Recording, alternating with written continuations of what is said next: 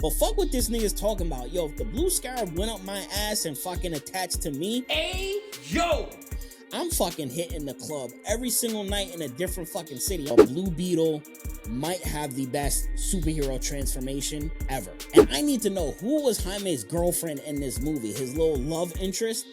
Shorty was a fucking baddie, and I had to do some research. One of my friends told me that she was a Brazilian fucking model, and I could see why. Shorty got that fire. Oh, she fire, I go lie.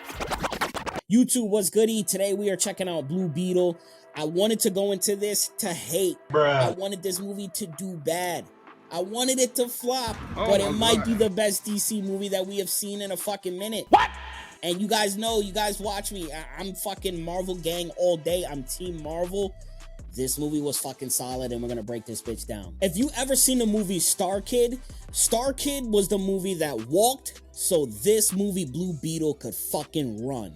I could see so many different parallels to it, but take a kid who gets a fucking suit from space and he's in it, and the suit is interactive with him, and he's trying to figure it out in the beginning. That's exactly how this movie was. I gotta start off with the actor that plays Jaime Reyes, and again, you don't watch this YouTube channel for me to give accurate fucking names and shit like that, but whatever. The dude that plays Jaime Reyes is probably one of the best choices for the actor for Blue Beetle, and obviously he's probably the only little Mexican nigga in Hollywood, but nonetheless, he's fire. He's from Cobra Kai, so he's about all of that karate and action scenes. He's athletic as fuck, and I fuck with him heavy in this. Now, I gotta salute to the Mexican community. Not that I'm saying that this is the proper representation of you guys, but as far as superhero movies and superheroes in general, it's like I really can't remember us having one that is Mexican, and this shit to me seemed authentic as fuck. And this movie surrounds Jaime Reyes and the Reyes family.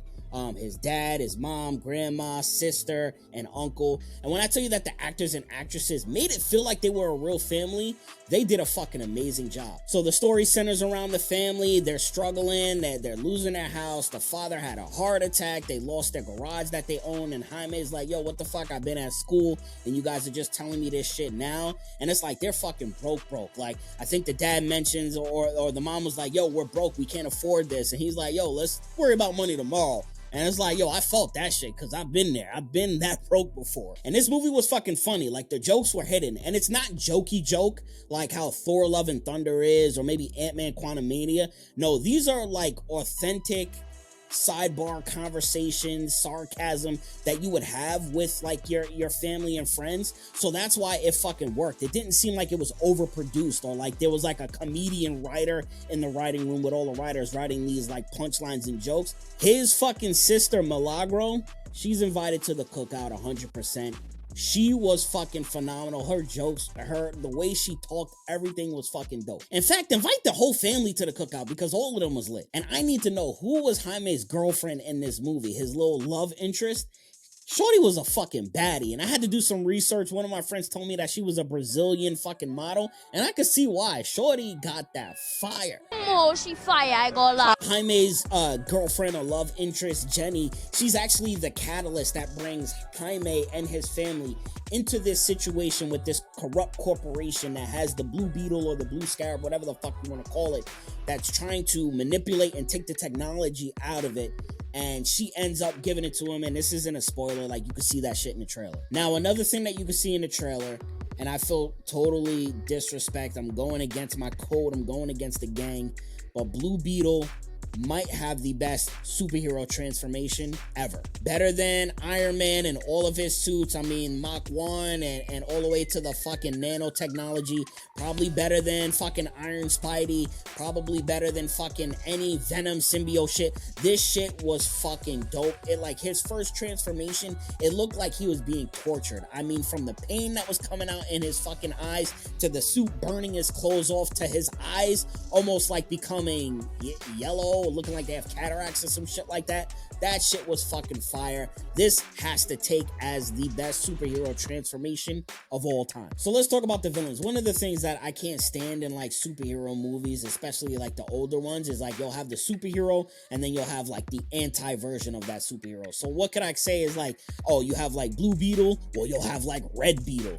Like, shit like that is fucking annoying. And I always live by, a superhero movie is only as good as the villain. The villain has to be something that is tangible, something that's badass, something that's like, I could kind of rock with this, like, I get their standpoint, all of that shit, or something that's relatable. And I feel like Blue Beetle kind of accomplishes that. The main villain is this white chick who's pillaging fucking different countries for resources. We already get that aspect. She has a fucking Sicario like henchman, which I ain't gonna lie, he was probably dicking her down a little bit because their relationship was kind of weird. But a Sicario boyfriend who was kind of like a cyborg who had part of Blue Scarab or Blue Beetle's technology in him, but it wasn't like a duplication of it, which I thought was great. They kind of fought multiple times, and the first time his suit wasn't completed, so Blue Beetle was fucking this guy up. The ending fight scene, it was dope, but they kind of flip it, which again, I won't spoil that, but you guys gotta watch it yourselves. But that's what I want to see from a superhero movie. I just don't want to see white versus black or evil versus good. I want like a little bit more with my villains. Now, one of the things that makes this movie a standout between all of the other DC movies is the fact that there was some tugging on the heartstrings. So obviously we got introduced to Jaime's family, and there was a point to where something devastating happens to the family, and there's a whole action sequence, and in that action sequence, multiple things are happening to add on to some of the things or some of the negative things that this family has already experienced, and I was just taking it up a notch. And you kind of feel like, holy shit, like you actually feel bad for them. And I think that is what the other DC movies were missing. Like, think about it. When I haven't felt like this since fucking Tobey Maguire's uncle died in the first Spider-Man movie, or when Aunt May died for Tom Holland's Spider-Man. Like, I fucking felt that shit. Like, that shit was fucking painful.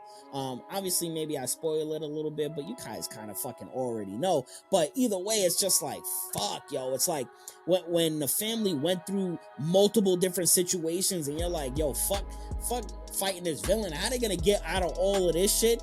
It tugs on the heartstrings, and it brings you into this family even fucking more. There's a point in the movie where Jaime figures out that it's basically him and the Blue Scarab for life, and that if they separate from each other, then he basically dies. And he's freaking out. And Jenny is like super upset because she's the whole reason that the Blue Scarab is attached to him in the first place. And I get it from like a movie standpoint. It's like, that's good story writing.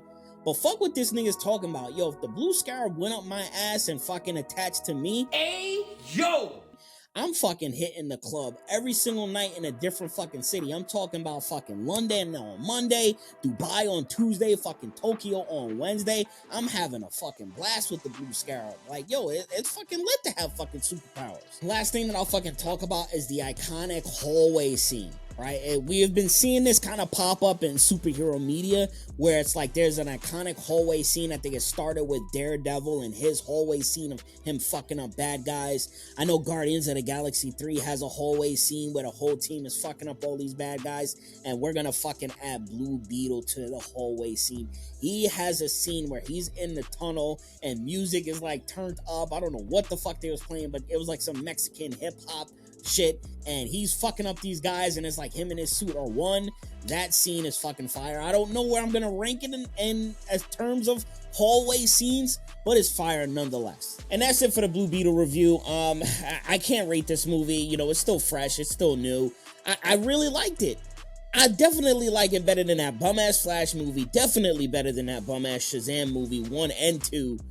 Black Adam was okay. I did like that movie, but I still feel that Blue Beetle is better than Black Adam.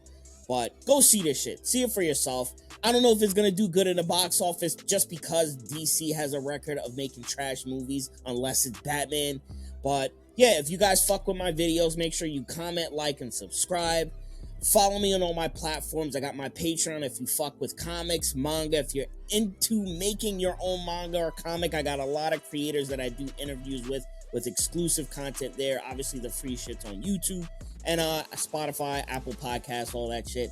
And yeah, I'll see you guys later. Deuces.